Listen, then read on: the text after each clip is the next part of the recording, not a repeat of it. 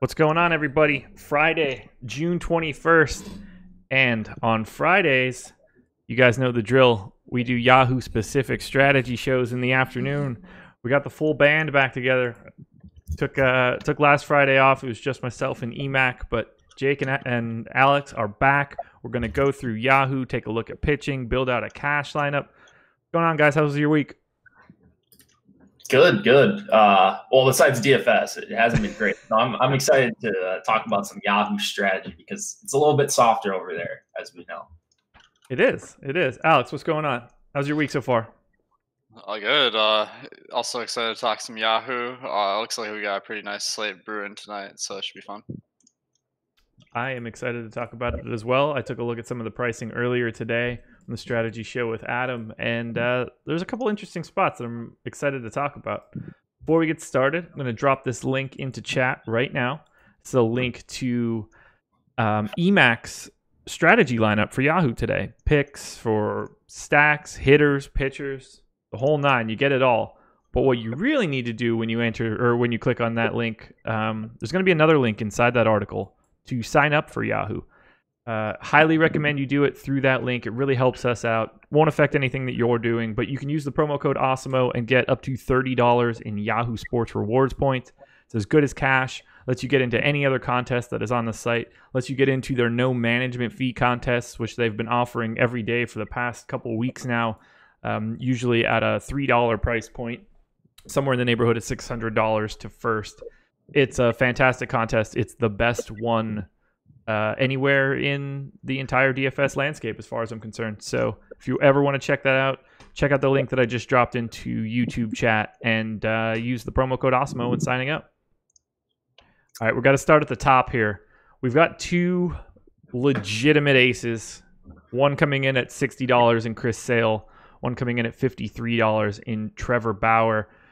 Based on what I see in your projections, Alex, we have them pretty similar, which leads me to believe that you're going to recommend some Bauer here. Both guys in the 40s in projected ownership.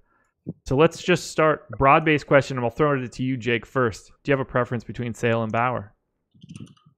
On Yahoo, it's tough because I think Sale is probably going to be – Sale's probably a little bit safer guy. Actually, I don't even know. They're right next to each other in projection.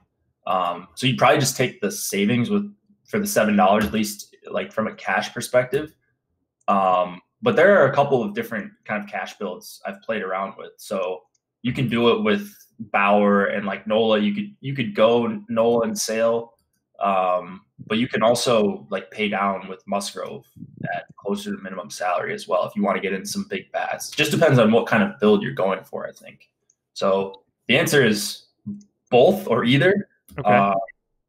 Or you can play neither, I think, and be perfectly fine if you want to spend up for a top stack. So that was going to be my next pitch. Alex, so you have Sale, you have Bauer, both in a similar spot. But is there some upside to thinking about, say, an Aaron Nola, German Marquez combo? Based on your projections, it seems like that probably grades out pretty well from a value perspective. Yeah, I think there's always kind of a disadvantage to going for the real expensive pitchers, but usually they're good enough to make up for that. On Yahoo, what we see on a daily basis is that you can find really good values if you dig a little deep. So I think it makes it pretty easy to fit in the stack you want and a Sale, and then you get some of those $7 guys, and that makes the lineup work. It is tricky. Seeing Sale at $60 and then seeing, German Marquez at 40 and Aaron Nola at 46. It really creates an interesting balance. Only 11% ownership going to German Marquez. This is a guy who, with a 17.4 point projection in your model, looks to be grading out a lot higher than a $40 pitcher. Yeah, I mean, Aaron Nola at $16, that's going to get my interest. Let's see. Okay, so Nola, Sale, and Bauer are all facing teams with a similar run total. Sale is probably the best strikeout pitcher of the bunch, but Nola has the best matchup versus Miami. And since you're getting him for 46, I mean, that's $14 cheaper. And that makes me think that he's probably the natural play if you don't have 2 out of those 3. Yeah, right now, based on our ownership projections, 123% of the full 200% of ownership is going to some combination of Sale, Bauer, and Nola. If we're not looking at those 3 guys, who stands out the most? I'm guessing the answer is Marquez, but I'm wondering if anybody else has a thought. Yeah, I mean, I'm getting a lot of different options. They're all pretty good. Walker Buehler, Strasburg, Paxton. I think there's some really good pitchers on this slate that you can go to. Okay, Jake, anybody standing out to you? I like Marquez. What do we have for ownership on him right now? 11%. Yeah, I like that quite a bit, especially for tournaments. I don't think you need to do that in cash, but for tournaments, like just a really high upside arm outside of Coors. It's not an easy matchup or anything, but there are some righties at the bottom of this lineup as well. Pitcher spot you still get. So I like Marquez. I think he's just underpriced for $40 as a tournament option. I completely agree. We have Mike Leake at $38 projected for 11% ownership. There isn't a single pitcher below Mike Leake in double digits of ownership. So I'm throwing this one to you, Alex. Who's the guy you would want to use to pay down if you needed to, since it doesn't appear that anyone is really going down to the bottom? Yeah, I think maybe paying down, like you get some of those expensive stacks. So I think that could be a good contrarian strategy tonight. Nola, of course, at 46 and Marquez at 40. If you count that as paying down, like those are pretty nice. Yeah. You probably don't have to go lower if you pair those 2, but if you want to really go for a cheap guy, I guess the one guy that I think might be decent is Waka. I mean, the matchup stinks versus the Angels, but he's $27 and he'll probably get like some pretty good run here. So there's definitely potential for him to have a decent game. Probably not better than these guys, but if that's what you need to fill out your roster, like that might be my choice. Okay. So we're going to build a cash lineup here. If we have some time, we'll take a look at some potential GPP options. I'm assuming, I feel like this is a pretty safe bet, that the most common cash lineup is going to be one of Sale plus Sale or Bauer along with Aaron Nola. Yeah. Probably not going any other direction than that. I mean, I'm seeing a lot of my lineups. So like when I just run the optimal, or when I run a ton of lineups with one unique or whatever. Yeah, it's a lot of Bauer actually. So Bauer over Sale based on Alex's model, it looks like. And that makes sense to me. That's a pretty significant difference in price. $7 is a pretty sizable gap there. And getting to Aaron Nola and Trevor Bauer combined is $99, giving you $101.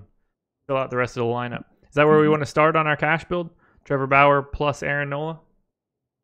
That makes sense to me. I mean, you got 2 legitimate aces with good matchups, and on Yahoo, I think we can figure out the values to make it all work. All right. Well, I've got the contest pulled up right now. I've loaded in Trevor Bauer. I've loaded in Aaron Nola. We have $101 remaining to fill out the rest of this lineup. That's $12 per player over the next 8. Is there any particular spot that you would start here, Alex, or would you just work your way, since it's a cash build, would you just work your way from the top of the build to the bottom? So I think maybe what I would do is I'd go to my projections and sort them by value. Sure. And just see who the highest value bats are and slot those in. Okay. Let's do that then. I'm going to pull it up on the screen here. Give everybody a peek behind the curtain.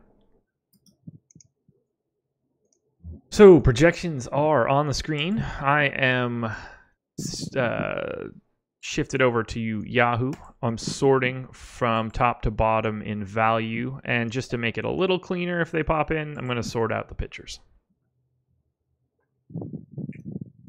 I'm excited to make this cash build and see how it plays out. So number 1 value in your projections right now And he's a guy actually that Adam and I talked about on the show. One of the prices that stood out the most to me, Yonder Alonso is the flat minimum $7 and has the highest value projection of anybody on the slate in your model. Any chance that we're not putting Yonder Alonso in here right now?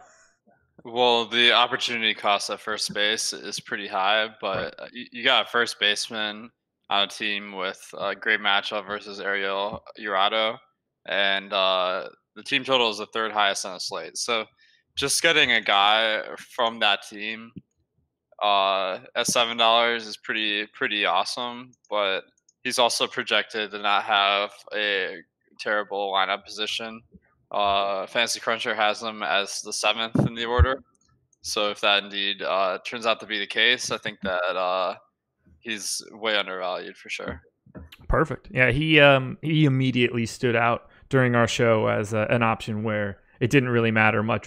Anything else we saw that he was the flat minimum, and that's just going to be interesting.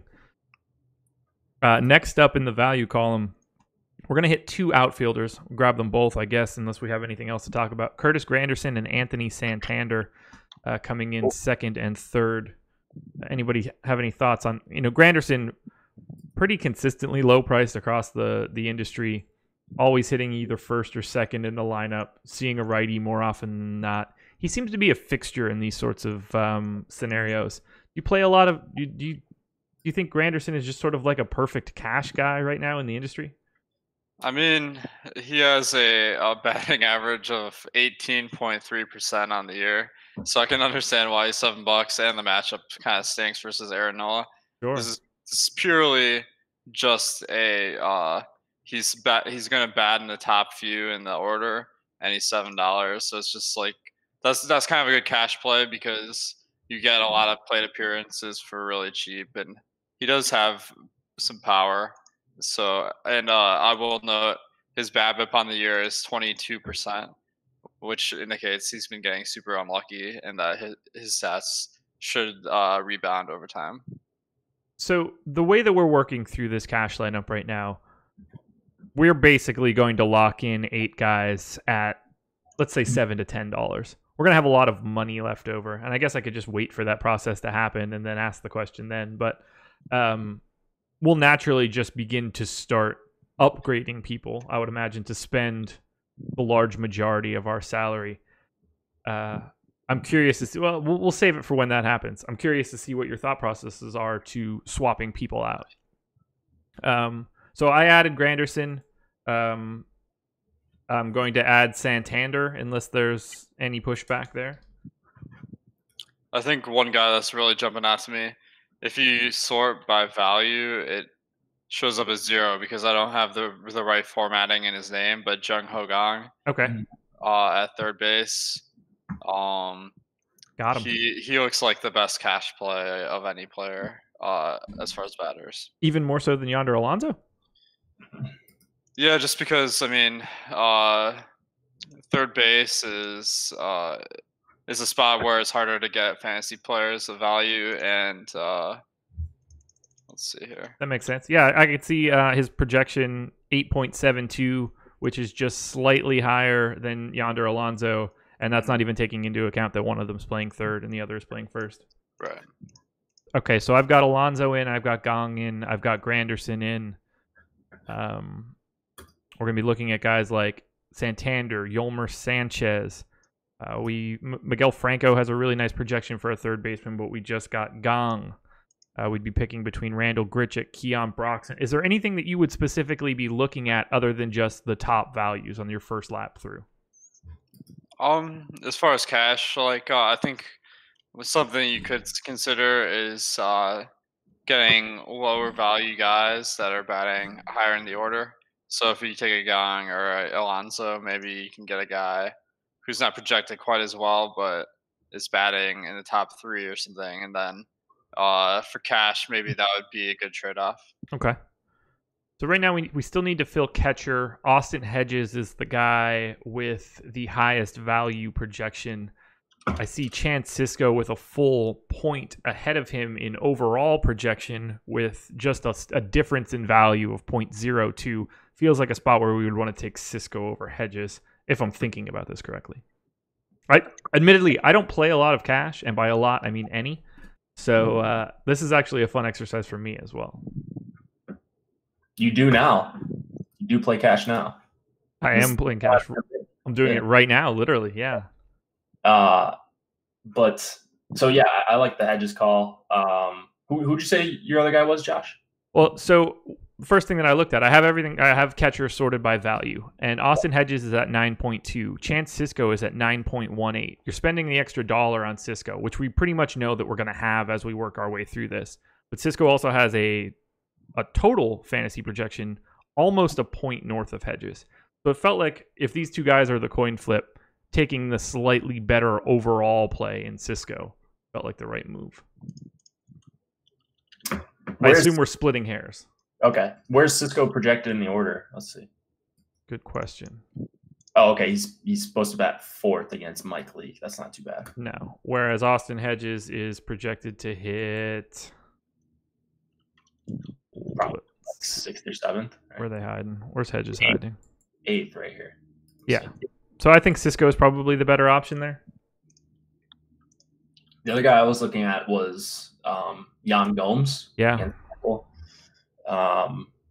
Just a hitter that, he hits lefties pretty well. We're probably going to try to punt catcher in cash. I would assume. So Gomes hitting one spot higher in the order than Hedges. He was the other guy I kind of had my eye on, but I don't mind the Cisco call either. Yeah, Gomes 7, Hedges was 8, Cisco was middle of the order. That feels better to me. Okay, works for me. Alex, give me a second baseman you want to slot into this cash lineup. Second base. Let me pull up my projections. I have a sneaky suspicion we're slotting in Yonder Alonso's teammate here. Yolmer? Yeah. Well, I mean, let's see. Yolmer Sanchez is only projected for 7.4, where Runier Odor is 9.5. So if we have enough money, maybe we could go up to him. Okay. Well, let's start with Odor because I expect that we're going to have that much money. Awesome. We have Cisco, Alonso, Odor, Gong, and Granderson in with Bauer and Nola. We need a shortstop and 2 more outfielders, and we have $58 to play with, so 19 apiece. Money, we are not short on cash right now, so let's head over to shortstop, take a deeper look at who we want to take at short. Humberto Arteaga, number 1 in the value rankings right now. Not getting the sense that he's going to be our guy since we have this much money left over. Judging based on the way that we got Odor in here, it's feeling like a Javi Baez day. Alex, what do you think? Or Jake? Javi Baez? He is on the early slate. See, you got me here. I was going to say, because I didn't see him in mine. I filtered out. If you're playing the all-day slate, though, yeah, take some Javi Baez. So then Tim Anderson, looks like we're getting a 3-man we're getting another White Sox potentially. I was going to say, I had a pretty good feeling we were going to get some White Sox because of just their price per implied total is kind of off the charts for some of these guys, even though they're batting lower in the order, like Alonso, number 1, but you got 3 min-salary guys. So I would imagine they're going to come up when we start doing our GPP lineups as well. Anderson was the guy I got most. Other guys we could consider maybe Brandon Crawford at shortstop, $9, or Didi Gregorius if we wanted to pay a little bit more against Peacock, who maybe that's more of a tournament option, Gregorius, because Peacock is a respectable pitcher. But if we do have the salary left over, maybe he's a guy we can force in there if we swap. Anderson actually $1 more than Gregorius. Yeah. So we've got 2 outfielders. Then if we do slot in, I went to Tim Anderson for right now. We've got $46 remaining for the outfielder. So we're going to have a lot of time to go back through and upgrade at some of these spots. Alex, do you have any outfielders that are standing out to you for a cash build? I mean, unfortunately, Mike Trout is 28. That it puts him out of play for cash, but that would be a guy that I typically have just because the highest projection on the slate usually. But One guy I think that is going to be pretty good today is David Peralta. Yeah, I like that. Okay. So Peralta, a great power hitter. Let me pull up his stats real quick.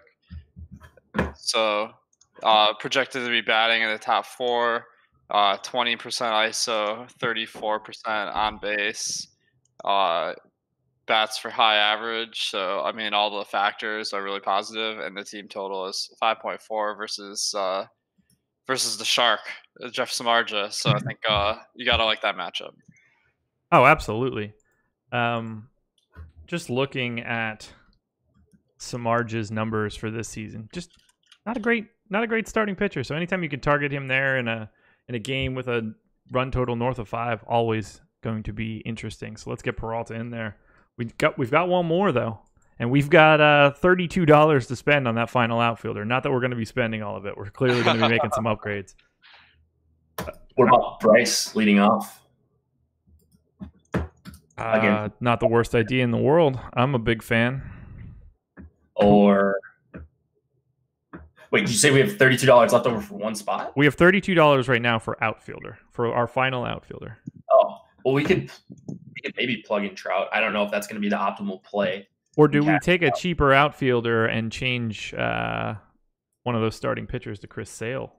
I think that either Harper or Betts is probably the best. Yeah. Betts is a little bit safer because he usually leads off and he has power and stolen base upside. And the price is only 21, so it doesn't really capture that talent he has. So I like him. Harper led off yesterday, actually. Potentially, I know he did, but like that more speed with Mookie though. Like yeah, more stolen base equity, I think. Sure. I don't think you can say for sure Bryce Harper is going to lead off today though. So I would agree. Okay, so I have added Mookie Betts. We now have a cash lineup built, but we have $11 left over, and I'm assuming we do not want to do that. Yeah, I mean, obviously cash, you want to spend all your money. So what I would do at this point, if we're going off projections, is just sort from top to bottom position players and see if we can replace one of those guys that maybe isn't that great. Let's do it. So I've got everybody reselected, sorting from fantasy points top to bottom. I mean, one obvious upgrade is we could upgrade Yonder Alonso to Jose Abreu, much better player at a higher position in the same team, and he's reasonably priced at 16. That works for me. It stands out as a pretty easy switch. So I swapped out Abreu now. We've got $2 left. I'm assuming you're not going to go crazy about spending the final 2 unless something stands out as really obvious. I mean, there's always some upgrade you can make for $2. Right. So maybe I'd look at some of these $9 guys and see which is the highest projected. It looks like. How does Joe Panic compare to Yolmer? Did we have Yolmer Sanchez in at second base? We have Rougned Odor in. Okay. So we'd be looking to the biggest upgrade that we can probably make is moving from the $7 Curtis Granderson to a $9 outfielder. But Curtis Granderson actually, of $9 and under outfielders, has the highest projection. So yeah, he's not going to be the one. Who do we have in at shortstop? Tim Anderson at $12. Okay, never mind. Which would mean the only other guy that we're looking at in that scenario would be Baez, and he is not a part of this particular slate. Those Cubs got to ruin it on Fridays with their day games. How about an upgrade? Would we consider Buster Posey instead of Chance Sisco? I think I think I've been projected higher. Usually bats pretty high in the order. Chance Sisco has gotten some high positions recently, but I wouldn't project him to be batting super high. So I think you get a little bit more. Well, I guess some places have him at 4th, so that's about equivalent to Posey. So then I would go down to the stats here. So Baltimore, currently there's no line on the game, but so I'm just kind of going off some predictions that might not be that good. But Mike Leake is he's a below average pitcher. The Seattle Park's not that great. So Chance Cisco on the year, 36% on base, 31% ISO. So based on this year's performance, I think you gotta go with Cisco. Okay. But my projections don't just take that into account, because obviously you don't project him to have 31% ISO going forward. He would be like one of the best players in baseball. Yeah, I don't think he's going to hit like Giancarlo Stanton for the rest of his career. Right. Posey's been having a really rough season though, like 31 on base, 13% ISO.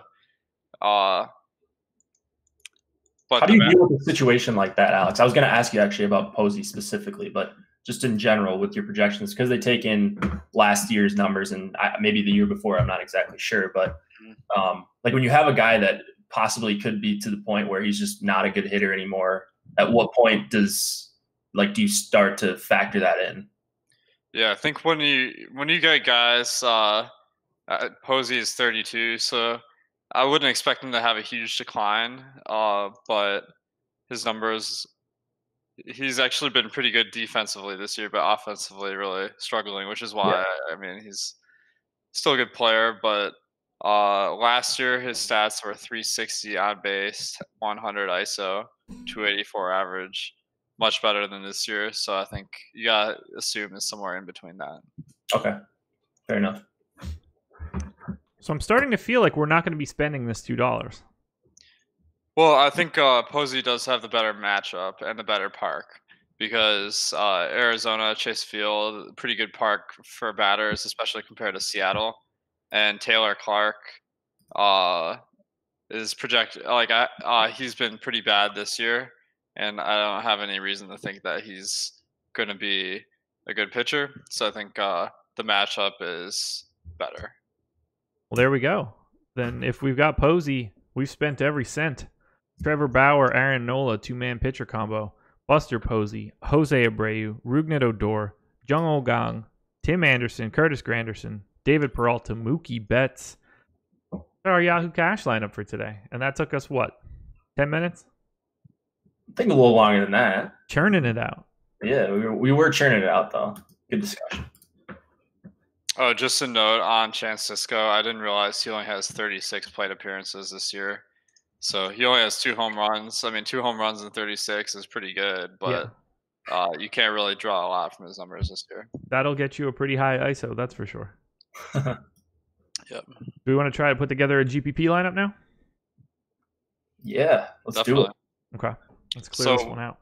Go ahead. I'll just mention that the Top Stacks tool is free on Fridays, so we can definitely pull that up and try to identify some stats with that. Okay. Stacks. I will grab that right now.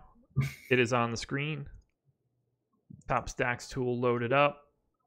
If you were trying to copy that cash lineup, guys, if you didn't pause the video, I'm about to close it. So get it now. Josh, you're gonna like the team that comes out as undervalued by a long shot right now. Let's see who it is. Top Stacks sorted. The Minnesota Jakes. Yeah. The Minnesota Jakes. I like that one. This has been like this all week, and if you played them, you've probably been pretty upset with that. But yeah, on Yahoo, I mean, this is the most undervalued team on any of the 3 sites across the board is Minnesota on Yahoo. Is there any scenario where we're not picking Minnesota right now? Well, I think Minnesota is like the anti-optimizer play. Right. Because their value is 0.3%. Yeah, I went and set randomness to 150 and ran crunches with 6-stack, and Minnesota is coming up 1% of the time. So even with like a ton of randomness, like still not getting there. That's crazy to think about. I ran a 500 lineup crunch before we started with just the 6-man capabilities. I got 12 of 500 Minnesota stacks, so I got the 2%. So yeah, it's a tough squeeze in an optimizer. So one thing I really like to do in this situation to evaluate the stack is I'll set the stack ownership for each team to 1, turn off randomness, and just see like what the highest projected lineup is for each stack. Okay, okay. So turn off. I'm gonna do this on my. So put randomness to 0. You said. Yeah. Oh wait, I have hitters weighted higher, but I'll still try to see if I can. It should work. So, yeah. One unique 6-man stack, nothing else. Just set everybody to 100. Exactly. Okay. Just see like what kind of flexibility you have. So the highest projected stack, unsurprisingly, is the White Sox. Just really underpriced today, and they have a great park facing a pitcher who's not great. So they're at 117 for me on my Yahoo projections. Scrolling down, I'm scrolling down pretty far actually. Wait, not see Minnesota. Oh, I just realized I don't have your projections in here, so let's clear that out. I got the Twins to second from the bottom, so I think we're coming up with the exact same conclusions here. So the Twins came in at 107. They're definitely a bottom 50% team. Marquez and Nola with the Twins stack. I projected at 107 compared to 117 for the White Sox. So they definitely aren't going to be a great optimizer play. Yeah. But one of the caveats I'd say is like on Yahoo, they do not pay out as much to first place. So on Yahoo, the $15 pays out 2K out of 15K to first. So you really want lineups that have a good shot at cashing and finishing high. And I'm not sure that Minnesota will really fit that criteria today as much as the heart wants to go there. Okay. I just loaded up all of your projections now, running the crunch on, just to get that on the screen for everybody. If you multiply the hitters by some sort of multiple, that the Twins obviously will become a much better stack because raw point wise they're good, but you're getting so much value on some of these pitchers that, like, if you don't do that, you're just probably not going to get to them. They just look really poor what you can get around them. I'm actually not getting the crunch to run. You did 1% for everyone? 1% stacked. I did 3.8. Okay. To try to get one of everybody, but it's dying at 27 instead of 28. Oh, mine died at 26. I'm not sure why. But. I mean, I don't know who I'm missing. I don't know why that would happen. I got everything else is reset. Exposure at 100, stack set up, so it should just be one of everybody, one unique, no randomness. Yeah, I don't know. I got 28. Yeah, I keep getting 27. Who is the team missing? I don't think it's really that big a deal. I mean, 27 out of 28 is enough. Yeah, you're absolutely right. Well, actually, I do know who was missing. No, it's not actually the Twins. Oh no, I think it was because. Is there a team that isn't showing up in my projections or something? It's possible. I just I thought I updated it so that every team would be there, but it's possible I didn't upload the latest version.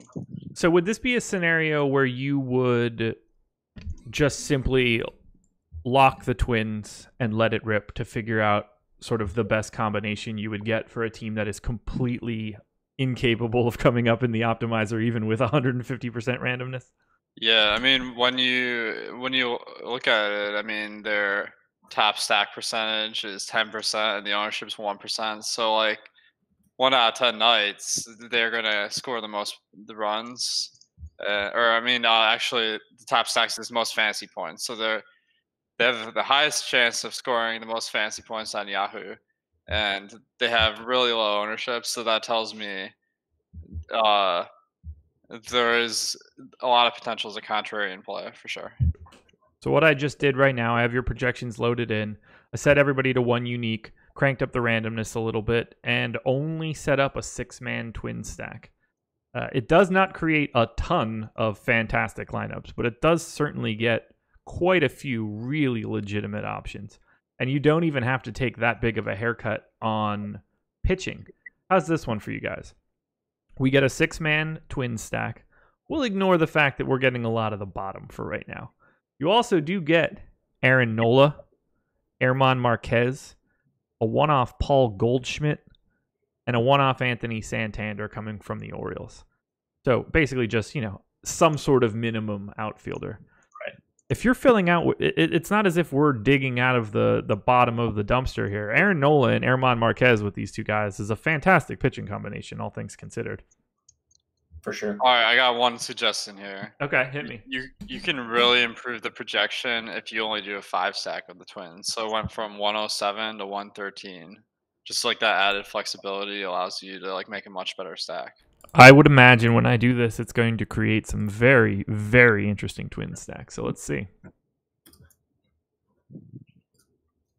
And since we're only trying to stack one team, I can crank out 100 lineups like it's nothing. For me personally, people ask a lot, like, oh, if I only play one lineup or I only play, 2, 3 lineups, is Fantasy Cruncher worth it? To me, it is, because of situations like this where you can have 100 lineups of exactly what you want just immediately generated, and you'll get to combinations you would never think you can get to. It'll unlock things that you didn't expect that you had the ability to get to, and then you can just use the eye test. You don't like that lineup? Click delete. Sift through everything, and all of a sudden you have 20 lineups left. Then figure out if you want to make some swaps. It really helps to have that visual experience in front of you, I've found.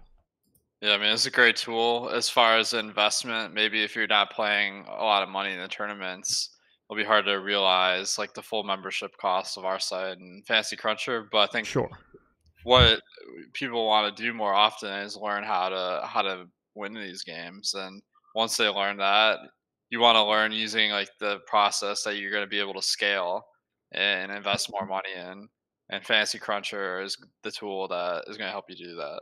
Yeah, if you're playing just $1 50-50 every night, it's going to be hard to justify that sort of package. But if you're I play one lineup a night and it's in $100 single entry, a very different sort of scenario. All right, so I switched it to the 5-man twin stack.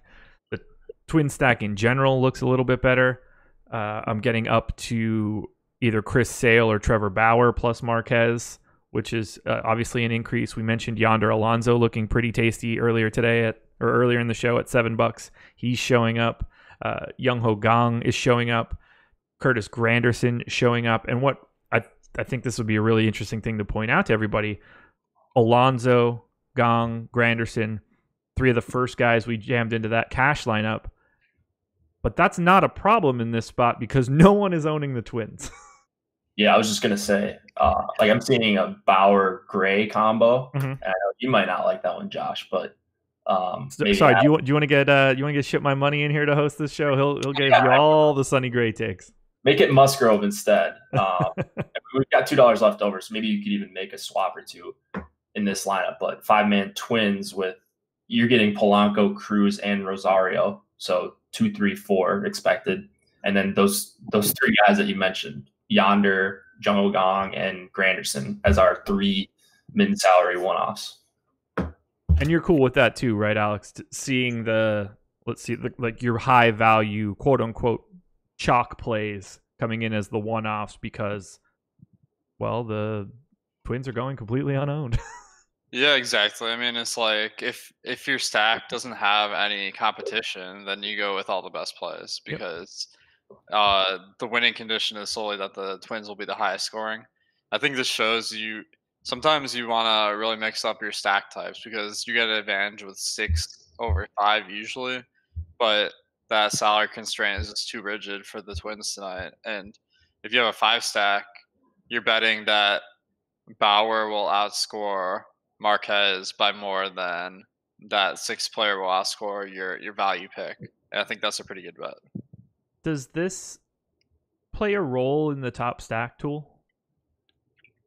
I mean, the top stacks tool just is which team will score the most fantasy points on the night. So it doesn't take into account how many players you're rostering from the team. Gotcha. Perfect. So in theory, it's all 9 Twins in some aggregate. Okay. Perfect. Yeah, I mean, I can't see any reason we wouldn't want to go to a Twins pairing. I would say that the 5-man looks significantly better than the 6, and we know that that's really not affecting us either. not going to be seeing much ownership one way or the other. Would you start picking off sort of the Twins that you want the most from the Fantasy Cruncher side? So making sure that you sort to say Nelson Cruz to start. And then who else am I missing? That would be Rosario. Game up. Kepler, Rosario. I think it's a situation where like if you want to stack the Twins, you want their heart of the order. If you just go off optimizer, you're going to end up with a lot of guys at the bottom. Yeah. And maybe like having Castro is like pretty good for your stack because catcher is harder to find that guy. But then like having guys like Jonathan Scope and Jake Cave in your stack may not realize that potential you want with the Minnesota Twins. So I filtered down. I ran 100 lineups of just Twins. I filtered to Cruz, Rosario, Polanco, and those 3 guys came up in 9 of those 100. Nice. So you're getting that core piece. You are still getting Castro, which isn't fun. Scope at 14 is certainly overpriced, but at the very least, he is a power second base bat. So the Twins just released their lineup actually, and Castro is batting 6, so that's looking pretty nice. Oh, even better. So the top projected lineup with this 5-man Twins with Cruz, Rosario, Polanco has the Nola Sonny Gray combo.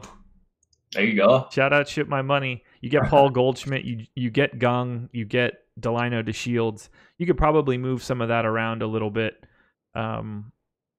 Try to find a different outfielder, although getting DeShields in that particular game is fantastic. But I think that just, without even building it by hand in Yahoo, I think this lineup stands out as a pretty interesting option for a team that has this much leverage over the field. Yeah. I mean, if the stack doesn't do well anyways, you're done. So right. And if it does well, you are beating almost all of that contest. Right. If they're even close to the highest scoring stack, you're probably going to be in an okay spot. So while it may not have a ton of caching equity, it does. This could easily be a winning lineup if they go even like 10 runs here. I just locked Polanco, Cruz, Rosario, and I'm crunching even more just to get more and more combinations of the best possible guys. Knowing that Castro is hitting higher in the lineup now, also very, very interesting to see. Is there anything else we want to take a look at here? Any stone we haven't overturned? As far as the twin stack, or do you want to stack another team? Just in general. The Twins clearly standing out. The White Sox kind of the inverse, getting a ton of ownership. Pretty big gap between them being the top stack and the highest owned. We don't really have anybody else that stands out like the Twins. It's significantly lower in terms of expectation. Otherwise, we're looking at Red Sox, Yankees. I guess the Padres are close, but even still, Minnesota twice as likely to be the top stack. Yeah. So Minnesota is the top stack tool favorite, but as we saw, it's really difficult to fit them in.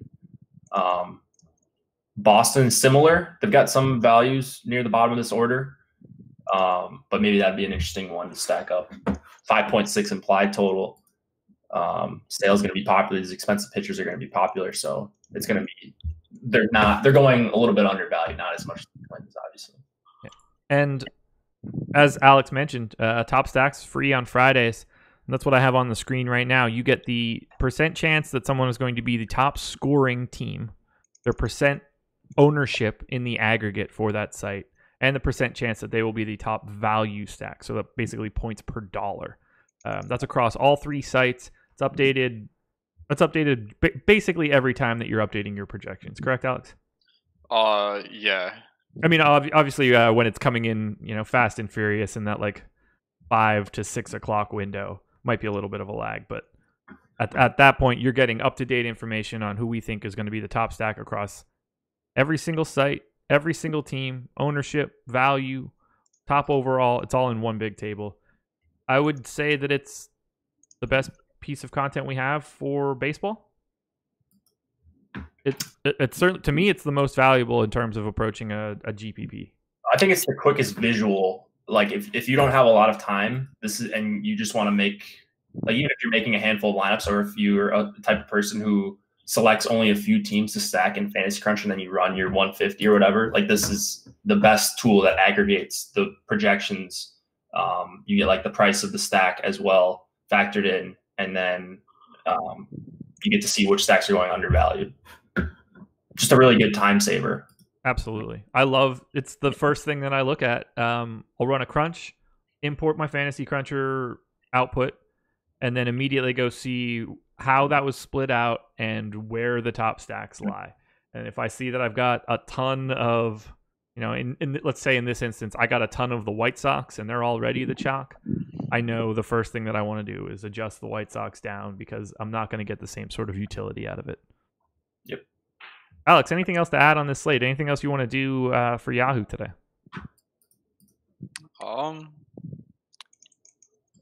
Yeah, nothing's really coming to mind. I think we approached the cash build and the GPP build. Maybe are there any questions in the chat that people have?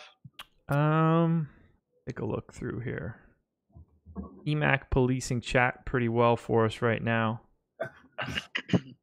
Play Mookie Betts or JD Martinez today in GPP. So Play them, you said?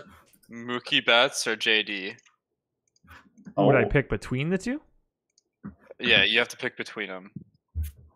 So they're Mookie is 21 and JD is 22. So JD is projected a little bit less, but he has the higher power numbers for sure. Yeah, I would lean JD. He also has less ownership by a little bit. Yeah, the ownership is about 2/3 as high in our projections. So I'd just go with the lower owned one if I had to pick a one off, and keep an eye on the projected ownership throughout the day, just to see, because it'll be the most accurate the hour before the slate. Yeah. And ultimately, when you're picking between Mookie Betts and JD Martinez, no one's picking that with any sort of real confidence. This is a 60-40 bet at best. These are two premier hitters in baseball on a fantastic team. Betts versus JD is rarely a binary outcome. This person, Shane, commented, you don't have to spend all your money. And I think that's the point that's worth addressing. I think that there is a huge benefit to spending all your money, because you can upgrade essentially at every position to the max projection, or you could maybe spend up and be a little bit more contrarian. So I think if you're not using all your money, I mean, maybe it's just $1 or $2, in which case it's not a big deal, but you're not reaching the fullest potential if you're leaving a lot on the table. And that's more of a cash scenario than a GPP scenario, correct? You're more likely to leave money in GPPs. No, I think it's both, because for example, like Minnesota is really low owned because they're so high priced, and in general, like lineups that are harder to get to are going to be a little bit less owned, I think. Okay. So in lieu of being different by leaving, say, $7 on the table on Yahoo, you simply just reconstruct to spend that money on the unowned Twins. Yeah, exactly. I mean, like, essentially, like, you're not using all the resources you have, and usually, like, there's some sort of change you can make that will improve it in either projection or ownership. There you go. Since you're not going to be on the deeper dive today, this is your last show. This is your last appearance of anything for today. Can we get a dong pick out of you for tonight? Ooh, man. Yeah. This is a big one because I haven't gotten to make one yet. But I guess I got to supersede like everybody else since I'm picking first. So maybe that would be my opportunity to pick a guy like Christian Yelich. But I'm too nice of a guy to go there. So let me. One guy I like is Pete Alonso. And since he's going in this game that's happening right now in 20 minutes, I'll get to see if my pick comes to fruition first. But he just has really, really high power. Just having a really good rookie season. So I'll give him a shot today. There you go. Pete Alonso. The dong pick is in the Yahoo show. We'll have to make sure that we grab a dong pick from you every time we do this show on Fridays. Yeah. All right. Well, I'll try to catch up to you guys. If anybody can, it's you. I'm going to drop the link into Emacs Yahoo specific article one last time. Go ahead and check that out. Great content from Emac, breaking down pitchers, hitters, stacks, everything you could look for on Yahoo. But it also contains a link to sign up for Yahoo. If you want to do that, use that link. It helps us out tremendously. Use the promo code AWESEMO. Get up to $30 in Yahoo Sports rewards points.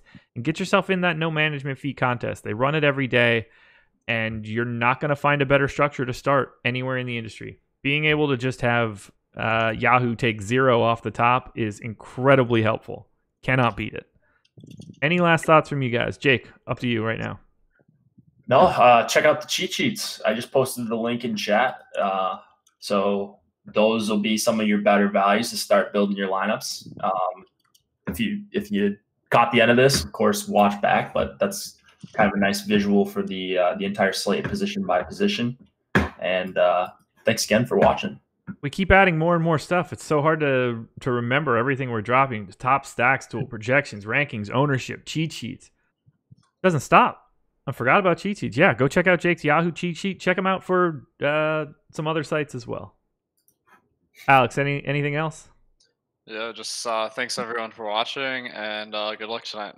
Perfect. There you are, everybody. Thanks for joining us. We will be back again next Friday doing this exact same thing. For the rest of the day, Deeper Dive will be starting at 4:45 p.m. Eastern. Laffy and Adam taking a lap through all 14 games once again. And then Jake and myself back closing out Friday live before lock from 6 to 7:05. So come join us. We'll be back in a little bit. Thanks, everybody. We're out of here.